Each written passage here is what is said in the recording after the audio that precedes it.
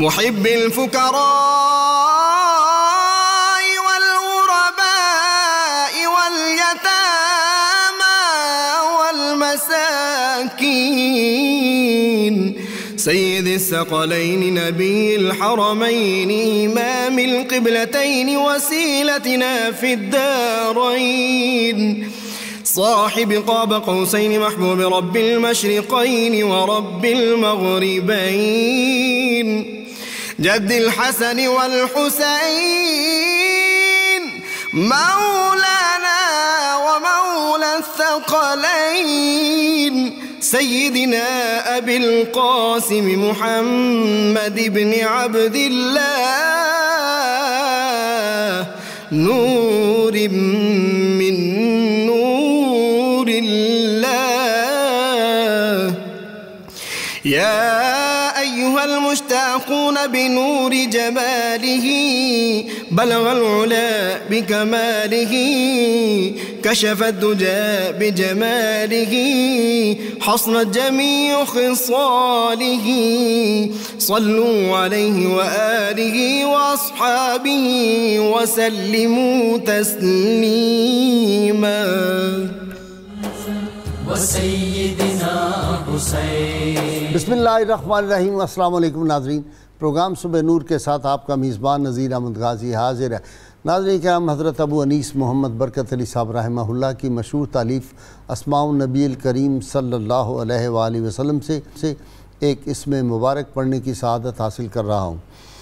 سیدنا العابد صلی اللہ علیہ وآلہ وسلم، ہمارے سردار عبادت فرمانے والے، درود و سلام بھیجے اللہ آپ صلی اللہ علیہ وسلم، آپ کی آل پاک اور آپ کے صحابہ کرام پر۔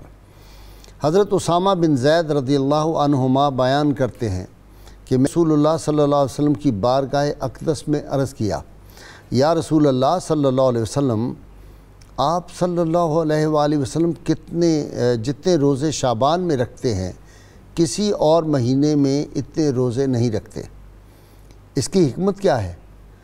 رسول اللہ صلی اللہ علیہ وسلم نے فرمایا، یہ ایسا مہینہ ہے جو رجب اور رمضان کے مابین ہے، اور یہ ایسا مہینہ ہے جس میں ہر شخص کے اعمال رب العالمین کی طرف اٹھا لیے جاتے ہیں۔ میں یہ پسند کرتا ہوں کہ میرے اعمال روزے کی حالت میں اٹھائے جائیں۔ ناظرین کرام، نبی کریم صلی اللہ علیہ وسلم نے ارشاد فرمایا تھا، شعبان و شہری، شعبان میرا مہینہ ہے۔ اور اصفیاء کہتے ہیں کہ رجب بیج بونے کا مہینہ ہے، شعبان فصل کی دیکھ بھال، اس کی سیرابی آبپاشی کا مہینہ ہے، اور رمضان جو ہے وہ پیداوار حاصل کرنے کا، فصل تیار ہو جاتی ہے، فصل کاٹنے کا مہینہ ہے۔ شعبان المعظم آج ہمارا موضوع ہے، ماہ شعبان المعظم کی فضیلت اور عبادات کیا ہونی چاہیے۔ ناظرین کرام، حضور سید عالمین صلی اللہ علیہ وسلم اس ماہ مبارک میں سب سے زیادہ روزے رکھتے تھے، اور آپ صلی اللہ علیہ وسلم نے ارشاد فرمایا، جو کوئی شعبان کی پہلی اور آخری جمعرات کو روزہ رکھے تو اللہ تعالیٰ کے ذمہ کرم پر ہے کہ اس کو جنت میں داخل فرمائے۔ اسی مہینے میں مرنے والوں کے اعمال بھی اللہ کے حضور ان کی پیشی ہوتی ہے۔ جن لوگوں نے اگلے برس میں اس دنیا سے اگلے جہان رخصت ہو جانا ہے، ان کی فہرست بھی ملک الموت کے حوالے کر دی جاتی ہے۔ یہ مہینہ سید عالمین صلی اللہ علیہ وسلم کا محبوب مہینہ ہے، اس لیے اس میں کثرت سے درود و سلام پڑھنا چاہیے۔ اور پھر اس مہینے کو بڑی جو فضیلتیں حاصل ہیں، اس میں یہ ہے کہ تحویل قبلہ جو ہے وہ بھی اسی رات میں ہوا تھا، اور سید عالمین صلی اللہ علیہ وسلم جو یہ ارشاد فرما دیا کہ بنی بکر کی جو بکریاں ہیں ان کے بالوں کے برابر اس رات، جو 15 شعبان اس میں ایک رات آتی ہے، اتنے لوگوں کی حضور صلی اللہ علیہ وسلم کے امتیوں کی بخشش ہو جاتی ہے۔ تو بعض تحقیق کرنے والوں نے یہ بھی لکھا ہے کہ بنی بکر جو تھے ان کی بکریوں کی تعداد 6 لاکھ تھی، اور ہر بکری کے جسم پہ تقریباً 6 لاکھ بال تھے. اب اس کو آپ ضرب دے لیں کتنے یہ ارب اور خربوں میں معاملہ چلا جاتا ہے. تو یہ مہینہ جو ہے اس کی بے پناہ برکات ہے. اور پھر یہی وہ مہینہ ہے جس میں امام علی مقام سید الشہداء امام حسین علیہ السلام کی ولادت پاک ہوئی, سیدہ زینب کی ہوئی, سیدنا عباس علمدار کی ہوئی. تو ناظرین یہ مقدس اور محترم مہینہ جو ہے اس میں اس کی فضیلت, اس میں کون سی عبادات ہونی چاہیے, اس پہ گفتگو کرنے کے لیے آج میرے ساتھ شریک گفتگو ہیں, شاعر ہیں, ادیب ہیں اور کئی کتابوں کے مصنف ہیں. شیخ الحدیث صاحبزادہ محمد محب اللہ نوری میرے ساتھ ہیں آج, اور ان کے ساتھ نوجوان اسکالر ہیں علامہ ذوالفقار مصطفیٰ ہاشمی, اور ان کے ساتھ میرے مہمان بنتے رہتے ہیں. آپ نوجوان اسکالر سے واقف ہیں پروفیسر بشارت صدیق ہزاروی. آپ تینوں کا بہت بہت شکریہ جی, آپ تشریف. جی ساتھ قرآن حکیم میں بھی اس کے بارے میں کوئی اشارہ ہے شعبان کے بارے میں؟ بسم اللہ الرحمن الرحیم وصلی اللہ تعالیٰ علی حبیبی خیر خلقی برور عرشی سیدنا مولانا محمد و آلہ وصحبہ اجمعین. محترم غازی صاحب, یہ اسلامی سال جو ہے ہجری تقویم کے مطابق یہ 8واں مہینہ ہے, اور اس مہینے کی اہمیت کا اندازہ آپ اس بات سے لگا سکتے ہیں کہ 5 وہ مہینے جن کا چاند دیکھنا واجب کفایہ ہے, ان میں سے ایک پہلا مہینہ جو ہے وہ شعبان ہے. 5 مہینے شعبان, رمضان, شوال, ذیقعد اور ذی الحج, چونکہ ان کا تعلق اسلامی عبادات کے ساتھ ہے, ان مہینوں کا تعلق, ٹھیک, اس لیے شعبان کا مہینہ جو اس کی یہ بھی اہمیت ہے. دوسرا جیسے آپ فرما رہے تھے کہ حضور اکرم صلی اللہ علیہ وسلم کا یہ محبوب مہینہ ہے, اور قرآن کریم میں فی انا حامیم والکتاب الحکیم انا انزلناہ فی لیلۃ مبارکہ انا کنا منذرین فیہا یفرق کل امر حکیم. اللہ رب العزت نے قسم قرآن کریم کی بیان فرمائی اور فرمایا کہ اس میں ایک رات ہے جو برکت والی رات ہے, اور اس رات ہم نے فیصلے کر دیے جاتے ہیں ہر کام کو, کیونکہ شعبان جو یہ تشعب سے ہے, اور تشعب کا معنی بھی ہوتا ہے تفرق, اور شعبے بھی اسی سے ہیں برانچ, جس طرح برانچیں پھیل جاتی ہیں کسی, اسی طرح جو شگوفے نکلتے ہیں ٹہنیوں سے, تو خیر کثیر اس مہینے کے اندر بہت زیادہ پھیلتی ہے, اور اس کے مختلف زاویے ہیں اور مختلف گوشے ہیں. تو حضور اکرم صلی اللہ علیہ وسلم نے اس مہینے کی بڑی ایک اہمیت اس مہینے کی یہ ہے کہ اسلام کے اندر 2 واقعات ایسے ہیں جو بڑی اہمیت کے عامل ہیں. ٹھیک, پہلا تحویل قبلہ کا واقعہ, ٹھیک, کعبہ شریف جو پہلے بیت المقدس کی طرف منہ کرتے تھے, تو اس مہینے کے اندر اکثر روایات کے مطابق وہ شعبان کا مہینہ تھا جب قبلہ جو ہے وہ کعبہ بن گیا, کعبے کو قبلہ بنایا گیا. دوسری عام یہ بات ہے, امام قسطلانی نے لکھا کہ یہ اس مہینے کے اندر ان اللہ و ملائکۃہ یصلون علی النبی یہ آیت نازل ہوئی, اس لیے شعبان کا ایک نام شہر الصلوات بھی ہے کہ حضور اکرم پر درود پاک بھیجنے کا یہ مہینہ ہے. امام جعفر صادق رضی اللہ تعالیٰ عنہ, کیونکہ وہ تو گھر کی بات جانتے ہیں, انہوں نے فرمایا کہ جو آدمی اس مہینے کے اندر ہر روز 700 مرتبہ درود پاک پڑھے صلی اللہ علیہ وسلم کی بارگاہ میں پیش کرے, تو اللہ پاک ایک فرشتہ مقرر کر دیتا ہے, جو فرشتہ بطور خاص بڑے آداب کے ساتھ حضور علیہ السلام کی بارگاہ میں پیش کرتا ہے ہر روز ہدیہ. اور سرکار بڑے خوش ہوتے ہیں کہ میرے محبوب مہینے کے اندر میرے اوپر درود و سلام یہ بھیج رہا ہے اس کثرت کے ساتھ 700 مرتبہ. حضور اتنے خوش ہو جاتے ہیں, اللہ پاک کی بارگاہ میں سفارش فرماتے ہیں, تو اللہ تعالیٰ فرشتوں کو حکم دیتا ہے کہ جس شخص نے روزانہ 700 مرتبہ شعبان کے مہینے میں درود پڑھا ہے, مرتے دم تک فرشتوں کی ڈیوٹی لگا دو کہ اس کے لیے استغفار کرتے رہیں. سبحان اللہ. جی علامہ صاحب, بعض لوگوں کا خیال یہ ہے, اور اب کچھ چیزیں سامنے بھی آئی ہیں, کہ یہ جو 27 رجب ہے معراج شریف کی, یہ سلطان صلاح الدین ایوب خوب مناتے تھے, تو اور بھی بزرگان دین بھی مناتے رہے. تو اب تو لوگوں نے کہا کہ یہ بھی غلط ہے, بدعت ہے, شرک ہے, اور یہ جو شب برات ہے اس کی بھی کوئی حیثیت نہیں ہے, اور شعبان معظم کی کوئی فضیلت نہیں مانتے. یہ کیا معاملہ ہے؟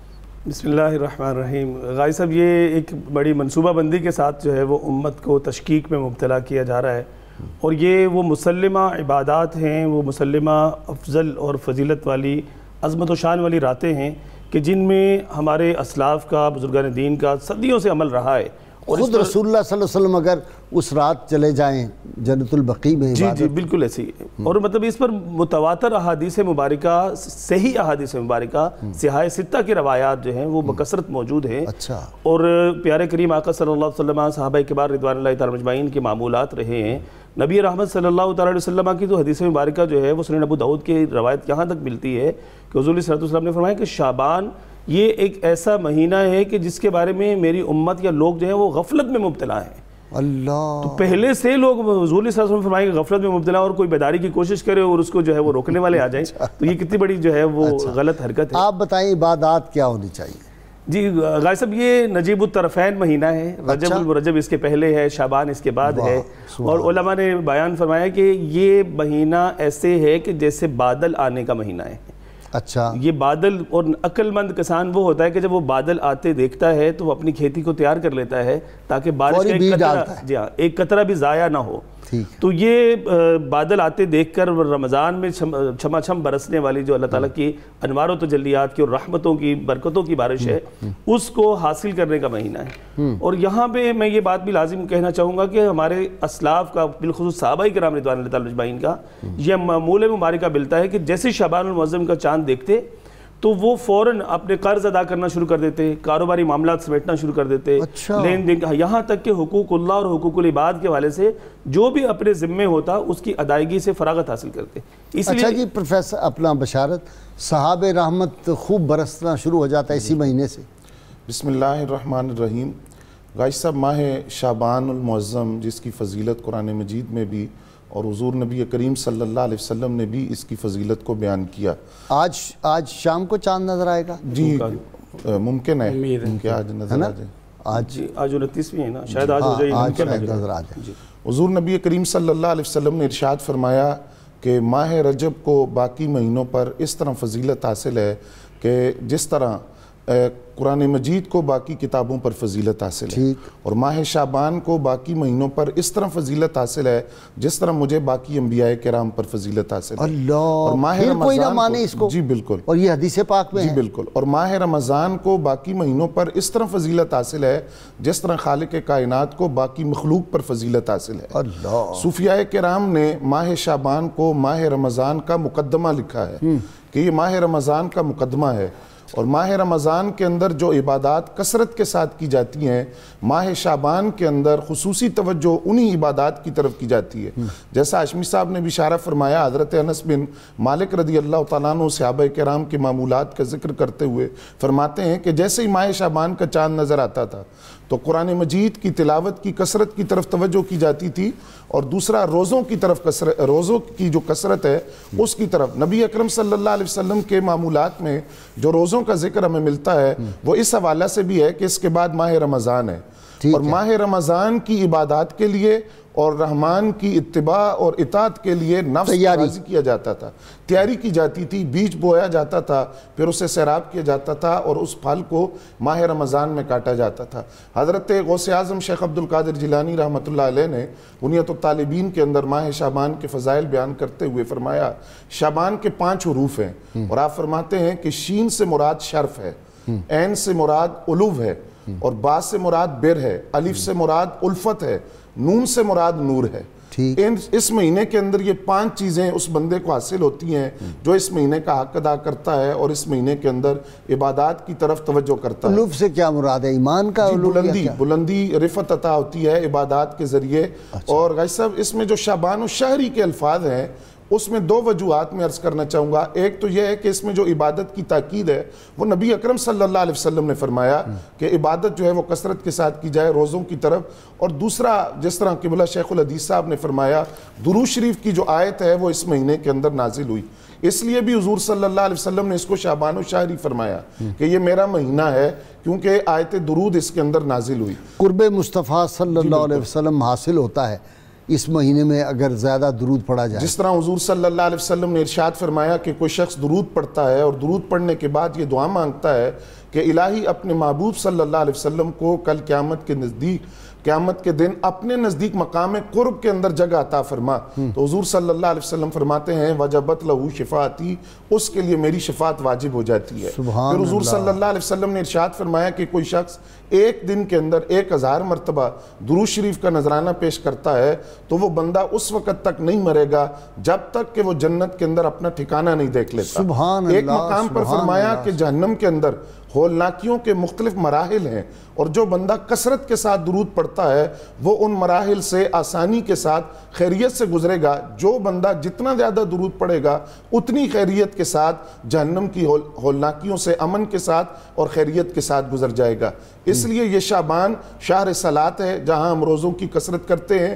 حضرت عائشہ صدیقہ طیبہ طاہرہ رضی اللہ تعالیٰ عنہا فرماتی ہیں کہ میں نے حضور صلی اللہ علیہ وسلم کو دیکھا کہ ماہ رمضان کا پورا مہینہ آپ روزے رکھتے، اور پھر دیکھا کہ جو جتنے روزے ماہ شعبان میں رکھتے اس کے علاوہ کسی مہینے میں اتنے روزے نہیں رکھتے تھے۔ یعنی ماہ شعبان مکمل روزے نہیں لیکن کثرت کے ساتھ ماہ شعبان کے اندر روزے رکھتے تھے، جو اس بات کی طرف بھی اشارہ تھا جس طرح آپ نے جو ماہ رمضان کے لیے خطبہ استقبال رمضان دیا ہے وہ بھی ماہ شعبان کے آخری دنوں کے اندر دیا، اور اس بات کی طرف بھی اشارہ کیا کہ ماہ شعبان کے اندر نفس کو اس بات کے لیے تیار کیا جائے کہ جو ماہ رمضان کی عبادات ہیں اس کے لیے نفس کی اتباع اور اطاعت خداوندی کے لیے انسان اپنے آپ کو تیار کر لے کہ اس سے اگلا مہینہ جو ہے وہ عبادات کے اجر و ثواب کے والے سے جہاں فرض نفل کا ثواب فرض کے برابر اور ایک فرض کا ثواب 70 فرضوں کے برابر دیا جاتا ہے، تو اس کے لیے انسان ماہ شعبان کے اندر اپنے آپ کو تیار کر لے۔ صاحبزادہ صاحب، اس میں کون سی عبادات کرنی چاہیے؟ وہ جو ہے کہ الحمشی پڑھیں 2 نفل اور اس کے بعد کلسی پڑھیں، وہ کیا ہے؟ جی، سب سے بڑی عبادت تو اس میں 2 طرح کی باتیں جیسا کہ پروفیسر فرما رہے ہیں کہ اس میں کیونکہ یہ ریہرسل ہے رمضان پاک کے مہینے کی آمد کے لیے، تیاری کا مہینہ ہے، ٹھیک، تو وہ معمولات جو رمضان کے ہیں اس میں ان کی یعنی صحابہ کرام کا معمول تھا، جس طرح حضرت انس رضی اللہ تعالیٰ فرماتے ہیں کہ قرآن پاک اس جو ہی چاند نظر آتا شعبان کا تو قرآن پاک کی تلاوت شروع ہو جاتی تھی۔ ٹھیک۔ دوسرا یہ تھا کہ اس مہینے کے اندر زکوٰۃ ادا کرتے تھے۔ ٹھیک۔ کیوں کرتے تھے؟ اس لیے تاکہ غریب جو لوگ ہیں ان کے لیے وہ رمضان پاک کے روزے کے لیے ان کے لیے کچھ سرمایہ مہیا ہو سکے، پہلے ہی ان کو۔ اب دیکھیں کہ آج ہمارے جو ہیں تاجر طبقہ یا لوگ جو ہیں ان کا معمول کیا ہے کہ رمضان کی آمد کی تیاری میں مہنگائی بڑھا دیتے ہیں تاکہ غریبوں کے لیے زندگی جو ہے وہ مشکل ہو جائے۔ اسی طرح رمضان پاک میں روزہ جو ہے یہ حضور علیہ الصلوۃ والسلام کا معمول تھا، اور یہ بات جو ہے کہ 51 روزے ہیں، نفلی روزے جو ہیں وہ 51 ان کی تعداد ہے۔ ٹھیک۔ ہر مہینے 3 روزے حضور نے فرمایا، ایام 20 کے روزے، یعنی وہ ایام جن کی راتیں سفید ہیں، 13، 14، 15، 13، 14، 15، تو ہر مہینے تو 11 مہینے ایک رمضان کے مہینہ نکال کے تو 11 سے 33 تو یہ ہو گئے۔ ٹھیک۔ اس کے بعد پھر عاشورہ کا روزہ، پھر عاشورہ سے 1 دن پہلے یا 1 دن بعد روزہ رکھنا، ٹھیک، یہ بھی مستحب ہے اور سنت ہے۔ ٹھیک۔ اسی طرح 6 روزے شوال کے، ٹھیک، اور 9 ذوالحجہ کے پہلی سے لے کر 9 تک، تو اس طرح یہ 51 روزے بنتے ہیں نفلی، جو حضور اکرم صلی اللہ علیہ وسلم نے جن کی ترغیب دی۔ لیکن رمضان پاک میں حضرت عائشہ صدیقہ رضی اللہ تعالیٰ فرماتی ہیں کہ یوں لگتا تھا کہ آپ روزے یہ رکھتے شروع ہوئے ختم نہیں کریں گے، یعنی 1-2 چند روزوں کے علاوہ سارا رمضان شعبان کا مہینہ روزے کے ساتھ گزارتے تھے۔ تو پہلا معمول یہ ہے امت کے لیے۔ لیکن کہیں میں نے یہ بھی روایت پڑھی ہے کہ بعد والے 15 کے بعد نہیں رکھنے روزے، پہلے 15 کے جو 1-2 دن آخری دن ہیں یوم شک کا روزہ جو ہے آخری یعنی 29 شعبان کے روزے کے بارے میں، اور آخری ہفتے کے روزے جو ہیں ان کے بارے میں عام لوگوں کے لیے یہ ہے کہ وہ نہ رکھیں تاکہ کمزوری نہ ہو اور روزے کے لیے۔ اسی طرح عبادت کے بارے میں یہ چونکہ 15 شعبان کی جو رات ہے، ابھی آپ اہمیت کی بات کر رہے تھے، تو کم و بیش 10 صحابہ کرام سے احادیث مروی ہیں جن میں حضرت انس رضی اللہ تعالیٰ عنہ، حضرت عبداللہ بن عمر رضی اللہ تعالیٰ عنہ، حضرت عائشہ صدیقہ رضی اللہ تعالیٰ عنہ، حضرت عبد الرحمن بن عوف جیسے بڑے بڑے جلیل القدر صحابہ کرام نے شعبان المعظم اور شب برات جو ہے اس کے حوالے سے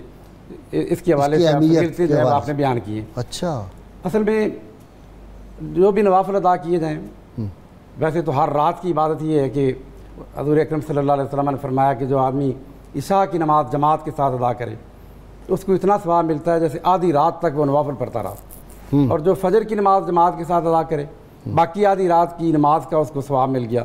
تو علماء کرام نے لکھا ہے کہ آدمی معمول بنا لے کہ ہر شب فجر بھی جماعت کے ساتھ پڑھے اور عشاء بھی, تو اس کو پھر ہر رات جو ہے ہر شب قدر اگر قدر بدانی.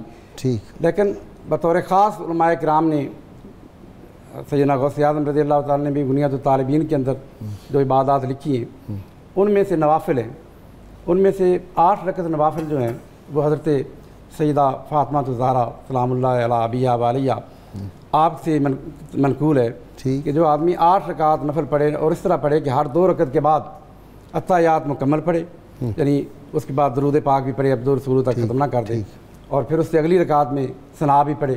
تو اس طرح 8 رکعتیں, اور ہر رکعت کے اندر سورہ فاتحہ کے بعد 11 مرتبہ سورہ اخلاص قل هو اللہ احد یہ پڑھے ہر رکعت میں. ٹھیک. اور جب سلام پھیرے تو اس کے بعد اللہ کی بارگاہ میں دعا کرے کہ یا اللہ جو میں نے یہ نماز پڑھی ہے اس کا ثواب سیدہ طیبہ طاہرہ رضی اللہ تعالیٰ عنہ کے ان کی روح پاک کو پہنچا دے. اچھا آپ فرماتی ہیں کہ جو آدمی یہ نماز پڑھے گا میں اس کی شفاعت اس طرح کروں گی کہ جب تک وہ جنت میں داخل نہیں ہو جائے گا اس وقت تک میں جنت میں قدم نہیں رکھوں گی. واہ سبحان اللہ سبحان.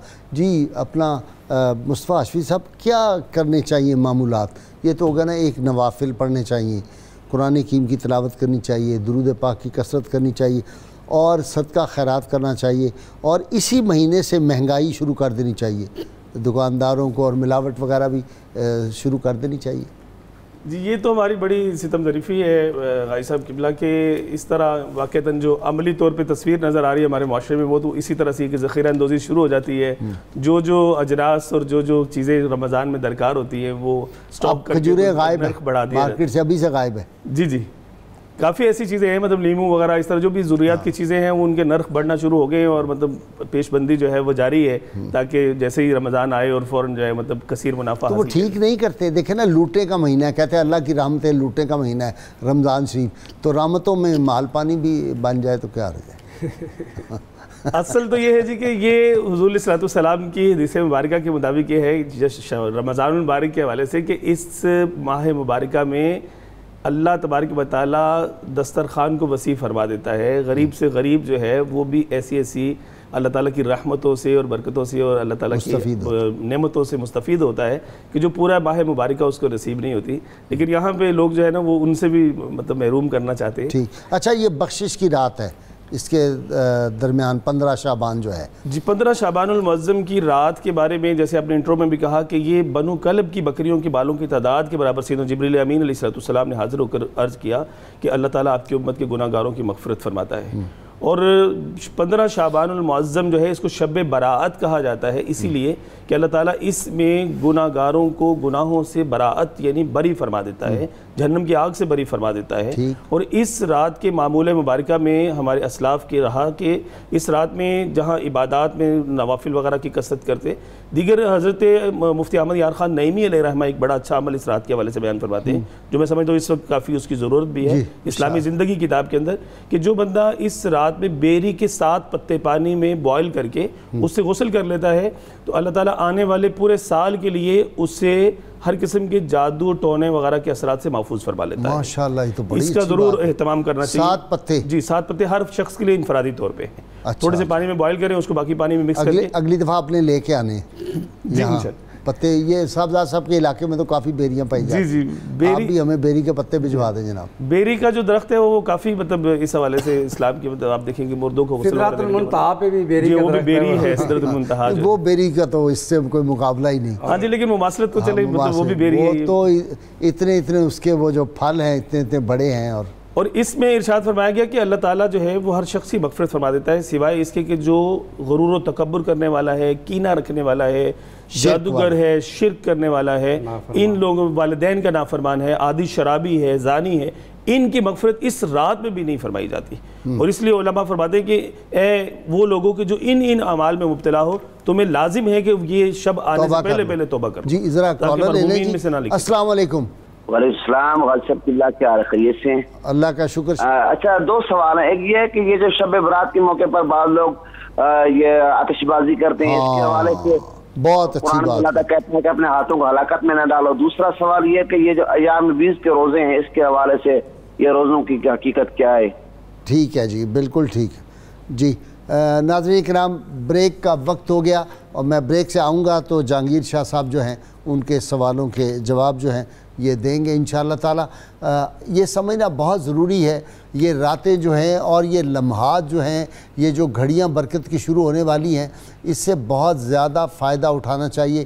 یہ وہ گھڑیاں ہیں جس میں ایمان کی سلامتی ملتی ہے، ایمان کو بلندی ملتی ہے، عشق و سچائی ملتی ہے، قرب مصطفیٰ صلی اللہ علیہ وسلم حاصل ہوتا ہے اور بخشش کی راتیں ہیں۔ اور یہ خاص طور پہ اس مہینے میں خیال رکھیں کہ ایک رات ایسی آنی ہے جس میں وہ فہرست تھما دی جاتی ہے ملک الموت کو، اور اس لیے بزرگان دین فرماتے ہیں کہ کچھ لوگ جو ہیں وہ خریداری کر رہے ہوتے ہیں جبکہ دوسری طرف ان کا کفن تیار ہو چکے ہوتے ہیں۔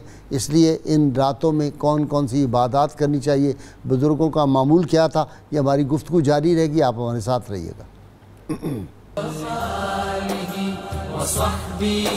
ویلکم بیک ناظرین کرام، میں معذرت چاہتا ہوں، مجھے ابھی بشارت نے پوائنٹ آؤٹ کیا، میں اپنے ذہن کے مطابق تو میرے بنو کلب چل رہا تھا اور زبان سے کہیں بنو بکر نکل گیا، تو بنو کلب کی بکریاں جو ہیں ان کے برابر، ان کی بکریوں کے بالوں کے برابر اس میں جو رات ہے 15 شعبان معظم کی وہ بخشش کی جاتی ہے حدیث پاک کے مطابق۔ سوالات کچھ ہمارے جو تھے کالر انہوں نے پوچھے تھے لیکن اور کالر آ گئے۔ السلام علیکم۔ وعلیکم السلام ورحمۃ اللہ وبرکاتہ۔ جی کون صاحب؟ عبد المطلب عرض کر رہا ہوں ملتان شریف سے۔ جی جناب عبد المطلب صاحب فرمائیں، کوئی سوال آپ کا؟ میرا سوال یہ تھا کہ علامہ صاحب ابھی فرما رہے تھے کہ وہ بیری کے 7 پتے بوائل کر کے غسل فرمائے، تو یہ ذہن میں نہیں آ رہا تھا کہ اگر وہ بیری کے پتے بوائل کر کے ٹینکی میں ڈال دیے جائیں تو جوائنٹ فیملی جس طرح ہوتی ہے اس کے بارے میں کوئی روشنی فرمائے۔ ٹھیک ہے، یہ بھی پوچھ لیتے ہیں۔ جی نیکسٹ کالر دے دیں۔ السلام علیکم۔ وعلیکم السلام۔ جی مجھے یہ پوچھنا ہے کہ جیسے کہ خواتین مصروف ہوتی ہیں، وہ ایک جگہ بیٹھ کر مکمل درود شریف نہیں کر سکتی، جیسے میں 3000 ڈیلی پڑھتی ہوں تو چلتے پھرتے اگر پڑھتی ہوں تو اس کا ثواب اسی طرح جیسے ایک جگہ آپ بیٹھ کر پڑھیں گے؟ جی ٹھیک ہے، بالکل ٹھیک ہے۔ پہلے سوال ہی جی اس بیٹی کا آپ جواب دے دیں۔ فرماتی ہے کہ میں روز 3000 مرتبہ درود پاک پڑھتی ہوں لیکن چلتے پھرتے ہوئے مصروف ہوتی ہوں۔ جائز ہے درود پاک، اس طرح بھی جائز ہے۔ ٹھیک ہے چلیں۔ دوسرا آپ ایام بیز کے حوالے سے نہیں، وہ بعد میں آئے گا۔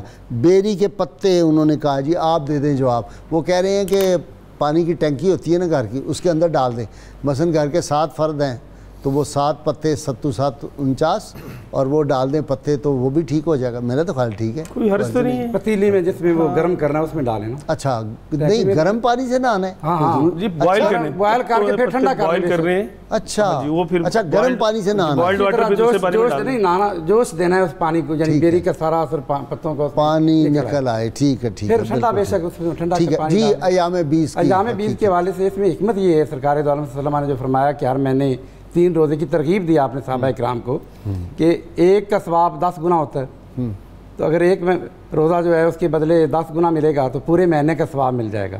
ہر مہینے 3 روزے رکھیں تو اس طرح جو آدمی ایام بیز کے روزے رکھتا ہے تو اس کو وہ صائم الدار ہو گیا، گویا کہ اس نے پورے سال روزے رکھے۔ اتنا بالکل ٹھیک ہے، بہت اچھا۔ اچھا جی اپنا ہاشمی صاحب، یہ جو شلی پٹاخے چلاتے ہیں وہ ایک سوال پوچھا جہانگیر شاہ صاحب نے، یہ تو ٹھیک ہے، تھوڑا بہت ہونا چاہیے، ملائکہ آسمان سے آ رہے ہوتے ہیں، نیچے سے آدمی کچھ چلائے، جی یہ ٹھیک ہے؟ بڑی غلط حرکت ہے، کیونکہ یہ رحمتوں کی برکتوں کی بارش کی رات ہے اور اللہ تعالیٰ کی کہہ لیجیے کہ فضائل، اللہ تعالیٰ کی بارگاہ سے فضیلت اور عظمت ملنے کی رات ہے، اور اللہ تبارک و تعالیٰ کی طرف سے تو رحمتوں کی بارش ہو رہی ہے اور نیچے سے ہم بارود جو ہے اس کی جو ہے وہ برسانا شروع کر دیں، تو یہ غلط، اس کے لیے حرام ہے۔ جی حرام، فعل حرام ہے۔ علماء نے لکھا کہ اس کا موجد جو ہے آتش بازی کا، یہ تو عام زندگی میں بھی نہیں کرنی چاہیے گا صاحب۔ اس کا فرمایا کہ یہ نمرود ہے، نمرود دے جب سیدنا ابراہیم علیہ السلام، تو یہ جو شادیوں پہ کرتے ہیں یہ بھی بہت غلط ہے، غلط ہے، اس کو اسراف میں بھی ہے اور اس کا مطلب کوئی جواز نہیں پیش کیا جا سکتا۔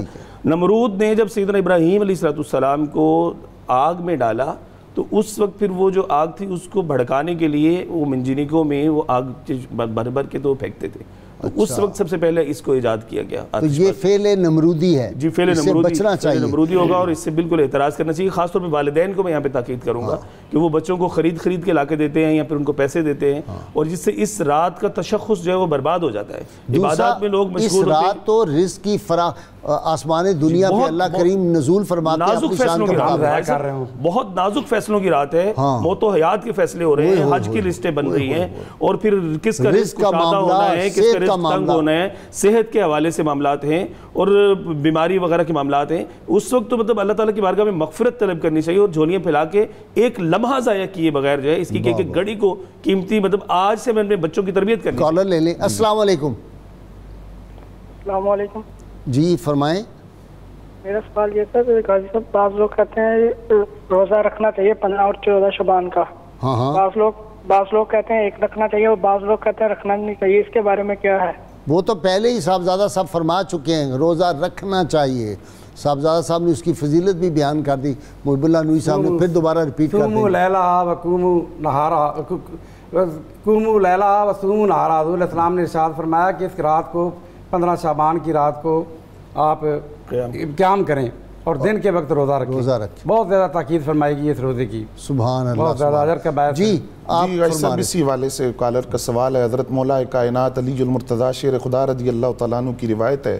آپ فرماتے ہیں کہ حضور صلی اللہ علیہ وسلم نے ارشاد فرمایا کہ یہ جو ماہ شعبان کی نصف شب ہے, نصف شعبان کی شب, اس شب کے اندر تم رات کو قیام کرو, دن کو روزہ رکھو, کیونکہ غروب آفتاب کے بعد ہی دروازے کھول دیے جاتے ہیں آسمان کے, اور ندا دی جاتی ہے کہ ہے کوئی مغفرت کا طلبگار کہ میں اس کو بخش دوں, اور ہے کوئی رزق کا طلبگار کہ میں اسے رزق عطا کروں, اور ہے کوئی مصائب میں پھنسا ہوا کہ میں اسے عافیت عطا کروں, ہے کوئی بیمار کہ میں اسے شفا دوں. 360 رحمت کے دروازے ہیں, جن میں سے ایک دروازہ عام دنوں کے اندر اس وقت کھلتا ہے جب رات کو اللہ والے تہجد کے لیے اٹھتے ہیں اور نصف شب کے بعد عبادت کے لیے اٹھتے ہیں.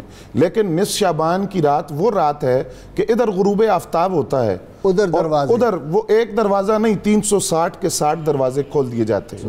وہ رحمت کے دروازے سارے کھل جاتے ہیں. صوفیاء نے تو لکھا کہ حضرت عیسیٰ علیہ السلام نے ایک شخص کو پتھر کے اندر بیٹھ کر عبادت کرتے ہوئے دیکھا, اور جو سینکڑوں سال سے وہاں بیٹھا ہے, تو عرض کیا کہ مالک کس سے بڑا بھی عبادت گزار کوئی ہوگا؟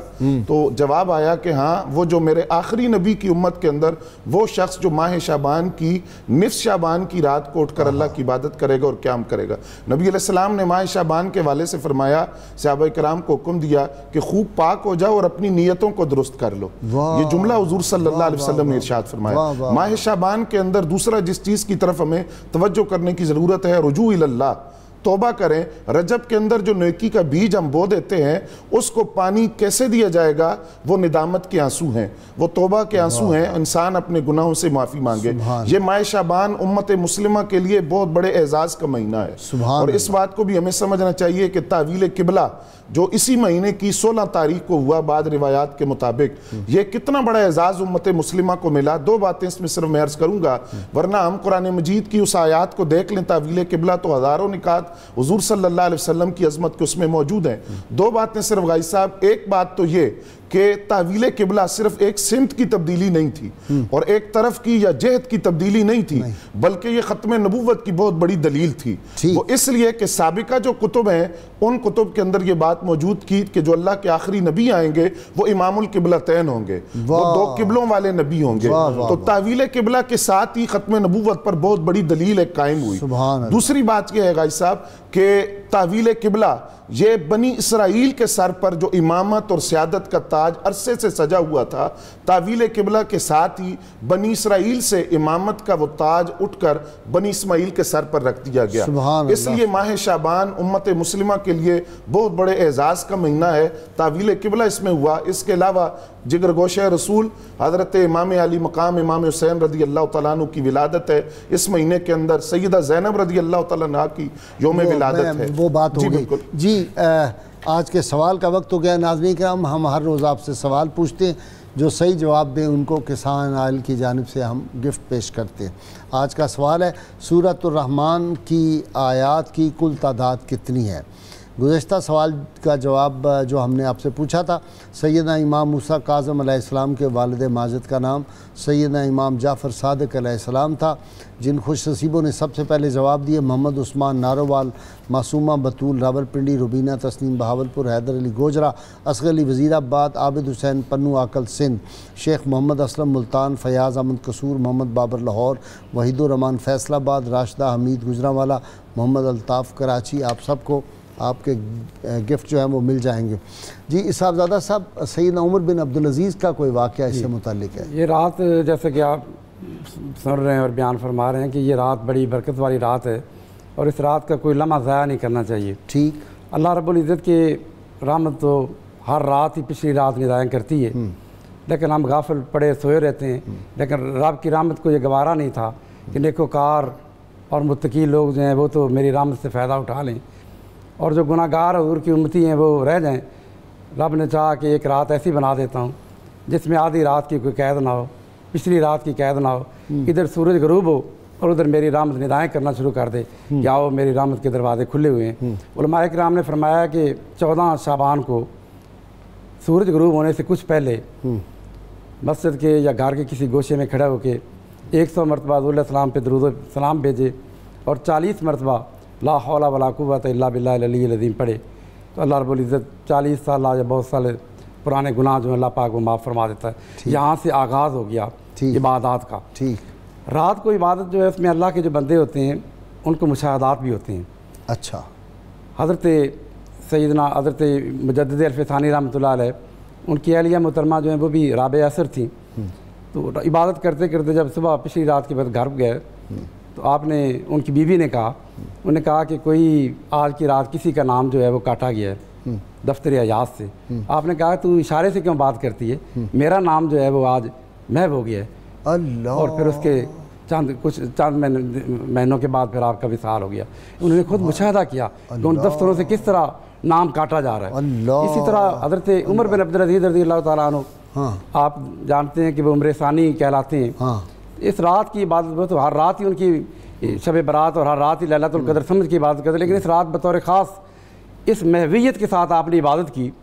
جب آدھی رات کا وقت ہوا تو نور کی ایک پرچہ لہراتا ہوا آپ کے سامنے آ گیا اور جس پر سبز رنگ کا وہ پیپر تھا جس پر سنہری سفید رنگ کے حروف تھے اور لکھا ہوا تھا ہاذی برات من اللہ العزیز الی عمر بن عبدالعزیز، کہ یہ اللہ عزیز غفار جو ہے اس کی طرف سے جہنم کی برات کا یہ پروانہ۔ اسی لیے اس رات کا ایک نام لیلۃ الصق بھی ہے کہ دستاویز کی رات، کہ اللہ پاک تحریر لکھ دیتا ہے، دستاویزی اس کو سند دے دیتا ہے کہ یہ بندہ جہنم کی آگ سے آزاد ہے۔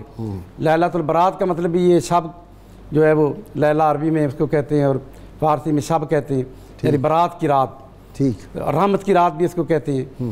اور اس رات کو عبادات میں سے ایک ہے صلاۃ الخیر، اس رات کی عبادت ہے۔ اچھا، اگر اللہ توفیق دے تو اس کی بہت زیادہ علماء کرام نے اور عاملین نے اس کی تاکید فرمائی 100 رکعت پڑھی جائے۔ اس طرح کہ ہر رکعت میں سورہ فاتحہ کے بعد 10 مرتبہ سورہ اخلاص پڑھی جائے۔ مصطفیٰ ہاشمی صاحب، یہ آپ کا کام ہے، سورہ اخلاص نہیں آتی، کوئی آسان سی کوئی صورت نہیں ہے؟ قبلہ شیخ الحدیث صاحب فرما رہے تھے عبادات کے حوالے سے، تو ایک بڑی صوفیہ کی عبادت مطلب اس میں تسلسل سے ملتی ہے کہ جیسے ہی مغرب کا جو ہے مطلب سلسلہ ہو، شروع ہو، جو ہی سورج غروب ہو، جی مغرب کی نماز پڑھنے کے بعد 6 نفل اس رات میں خصوصیت سے پڑھے جاتے ہیں، اور ہر 2 نفل کے بعد اوابین سے ہٹ کے، جی اوابین سے ہٹ، اور ہر 2 نفل کے بعد ایک مرتبہ سورہ یاسین کی تلاوت سنی جائے یا تلاوت کی جائے۔ ٹھیک، تو اس کی ترتیب یہ ہے کہ پہلے 2 نفل درازی عمر بالخیر کی نیت سے پڑھے جائیں، پھر ایک دفعہ سورہ یاسین پڑھی جائے، پھر 2 نفل جو ہیں وہ اللہ تعالیٰ اپنے سوا کسی اور کا محتاج نہ کرے اس نیت سے پڑھے جائیں، پھر ایک دفعہ سورہ یاسین کی تلاوت کی جائے، پھر 2 نفل جو ہے وہ اللہ تبارک و تعالیٰ ہمارے رزق کے حلال میں برکت عطا فرمائے اور اس طرح عافیت فرمائے اس نیت سے پڑھے جائیں، اور پھر ایک دفعہ سورہ یاسین کی تلاوت کی جائے۔ تو یہ رات شروع ہونے سے ہی ایک کثیر جو ہے وہ کہہ لیجیے کہ ثواب کا انبار ہمارے حصے میں آ جاتا ہے اور غفلت سے بھی بندہ محفوظ رہے۔ اسی طرح اس ماہ مبارکہ کے آغاز کے حوالے سے بھی ہے کہ جیسے یکم شعبان المعظم جسے آج رات متوقع ہے، تو جو بندہ یکم شعبان المعظم کو 12 رکعت نماز نفل پڑھتا ہے اور ہر رکعت میں 5 مرتبہ سورہ اخلاص پڑھتا ہے، تو اس کے لیے فرمایا گیا کہ اس کو اللہ تعالیٰ 12,000 شہیدوں کا اجر و ثواب عطا فرماتا ہے اور 80 سال کی عبادت کا اجر و ثواب عطا فرمایا جاتا ہے اور اس کے لیے فرمایا گیا کہ اس کے 80 دن تک آنے والے 80 دنوں میں یہ مطلب ایک ترغیب ہے 80 آنے والے دنوں میں اللہ تعالیٰ اس کے نامہ اعمال میں کوئی بھی گناہ درج نہیں فرماتا، اپنی رحمت سے وہ ساتھ ساتھ اس کو مٹاتا چلا جاتا ہے اس عبادت کے اجر کے باعث۔ تو دیکھیں کہ کتنی عظمت و شان والا مہینہ ہے اور وہ پیارے کریم آقا صلی اللہ علیہ وسلم نے اس وقت فرما دیا کہ میری امت اس کی عظمت کے حوالے سے غافل ہے، اور آج تو غفلتوں کا کیا کہنا ہے کہ فتنوں کا دور ہے۔ مسجدوں کے ممبروں پہ بیٹھ کے کہہ رہے ہیں اس رات کی کوئی حیثیت نہیں، کوئی عبادت نہیں، بلکہ مجھے تو پتا چلا ہے کہ بعض حلف لے لیتے ہیں۔ کیوں جی ایسی بات ہے؟ میں یہی بات عرض کرنے چاہ رہا تھا کہ دیکھیے کتنی بدنصیبی ہے کہ جب ان ماہ مقدس کے اندر اور ان مقدس راتوں کے اندر کچھ لوگ عبادات کے اندر مصروف ہوتے ہیں، مساجد کے اندر اور روزہ رکھتے ہیں، کچھ لوگ وہ ہیں جن کی پوری طاقت اور قوت اس بات پر ہوتی ہے کہ ان عبادات کے لیے کوئی ثبوت نہیں ہے، کوئی حدیث نہیں ہے۔ اس میں دو باتیں غازی صاحب میں عرض کرنا چاہتا ہوں۔ ایک تو حضور صلی اللہ علیہ وسلم نے فرمایا 4 راتیں ایسی ہیں جن میں کوئی دعا رد نہیں ہوتی۔ عید الفطر کی رات ہے، عید الاضحیٰ کی رات ہے، نصف شعبان کی رات ہے، حضور نے فرمایا ماہ رجب کی پہلی رات ہے، بعد حدیث میں لیلۃ القدر کا ذکر ہے، بعد حدیث میں یوم عرفہ کی رات کا ذکر ہے۔ دو باتیں سمجھنے کی ہیں۔ اب جو کالر نے سوال کیا کہ روزہ رکھیں یا نہ رکھیں، انہوں نے بھی یقیناً کوئی ایسی بات سنی ہے کہ ایسی عبادات ثابت نہیں ہے۔ پہلی بنیادی بات یہ ہے کہ 27ویں شب جو ہے معراج النبی صلی اللہ علیہ وسلم کی، اس حوالے سے حدیث کے اندر امام دیلمی نے، امام بیہقی نے اور تاریخ ابن اسحاق کے اندر روایات موجود ہیں جس میں عبادت کی فضیلت کو بیان کیا گیا، روزے کی فضیلت کو بیان کیا گیا۔ لیکن فرض کریں کہ ان عبادات کے والے سے کوئی حدیث موجود نہیں ہے تو سال کا کون سا ایسا دن یا کون سی گھڑی ہے جس میں عبادت منع کی گئی ہے؟ اگر کوئی شخص 27ویں شب کو معراج النبی کی یا 15ویں شب کو شعبان کو کھڑا ہو کر عبادت کرتا ہے تو وہ اس بات کا یقین رکھے کہ اگر ان کے بارے میں کوئی حدیث موجود بھی نہیں ہے، وہ جب سجدے میں ہے، رکوع میں ہے، قیام میں ہے، تو اللہ رب العزت اس پر ناراض نہیں ہو رہا۔ مسئلہ صرف اتنی بات کا ہے کہ اس کو لازم نہ سمجھا جائے، اور کوئی بھی اس کو لازم نہیں سمجھتا کہ لازمی یہ عبادت کرنی ہے، اسی لیے تو بعض لوگ کرتے ہیں اور بعض نہیں کرتے کیونکہ یہ لازم نہیں ہے، اور اسی لیے حدیث سے یہ بات ثابت ہوئی۔ تو اس لیے وہ لوگ جو ایسی بات سنتے ہیں وہ ایسی باتوں پر کان نہ دھریں، ایسی باتوں کی طرف توجہ نہ کریں، اور یہ تصور کر لیں کہ اگر حدیث موجود نہیں بھی ہیں تو اللہ تعالیٰ کی عبادت ہے، اور عبادت تو کسی گھڑی میں منع نہیں، جب بھی عبادت کی جائے گی۔ فضائل کی حدیث جو ہیں ان پہ تو عمل کرنے کے لیے سب محدثین نے لکھا ہے کہ اور جب بھی عبادت کی جائے گی اللہ تعالیٰ کی رحمتیں اور برکتیں اس بندے کے لیے شامل حال ہوں گی، چاہے وہ معراج النبی کی رات ہو۔ اب معراج النبی صلی اللہ علیہ وسلم کے حوالے سے بہت زیادہ زور دیا جاتا ہے کہ اس میں کسی عبادت کا ذکر نہیں ہے۔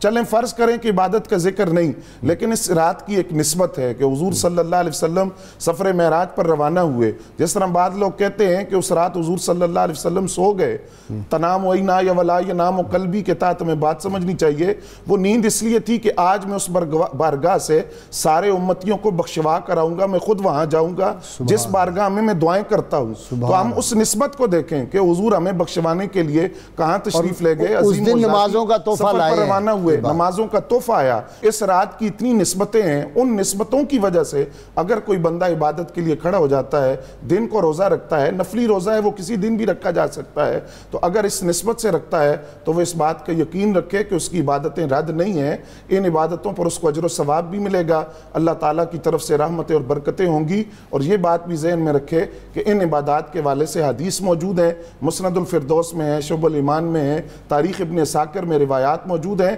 ماہ رجب کے والے سے عبادات سے حضور نے فرمایا جو روزہ رکھتا ہے سال بھر کے گناہوں کا کفارہ بن جاتا ہے، جو نوافل پڑھتا ہے پورے سال کے لیے نمازی لکھ دیا جاتا ہے۔ اس طرح کی بے شمار روایات۔ بہت شکریہ پروفیسر بشارت آپ کا، ہاشمی صاحب آپ کا بھی، سبزہ صاحب آپ کا بھی بہت بہت شکریہ۔ ناظرین کرام، کتاب الشفاء سے نسخے کا وقت ہو گیا۔ قید کوئی مظلومن قید ہوا ہو اس سے رہائی کا عمل ہے۔ جو شخص قید میں ہو تو وہ سورہ یاسین کی 75 بار تلاوت کرے اور اللہ تعالیٰ سے دعا مانگے تو انشاءاللہ قید سے رہائی نصیب ہوگی۔ شرط یہ ہے کم از کم 11 مرتبہ کوئی بھی درود پاک جو آپ کو آتا وہ ضرور تلاوت کرے۔ اللہ تعالیٰ ہمیں حضور رحمت عالم صلی اللہ علیہ وسلم کی غیر مشروط محبت اور لامحدود وفاداری نصیب فرمائے۔ پاکستان کو اللہ تعالیٰ دیانتدار حکمران، گہوارہ امن و رحمت بنانے والے اس پاکستان کو حکمران عطا فرمائے۔ اللہ تعالیٰ پاکستان کو امن و رحمت کا گہوارہ بنائے۔ اللہ تعالیٰ پاکستان کے اندرونی بیرونی دشمنوں کو تباہ و برباد فرمائے، اور وہ نعرہ ہم نے اپنا جو گلی گلی کوچے کوچے گونج رہا ہے، اور پاکستان کے اندرونی بیرونی دشمنوں کو اس سے بڑی تکلیف ہوتی ہے۔ ہم جو غیرت مند فرزند ہیں اس قوم کے، وہ یہ نعرہ لگاتے رہیں گے۔ میرے تینوں مہمان بھی نعرہ لگائیں گے۔ میرے ناظرین سامعین تیار ہو جائیے نعرہ لگانے کے لیے۔ پاکستان کا مطلب کیا؟ لا الہ الا اللہ محمد رسول اللہ۔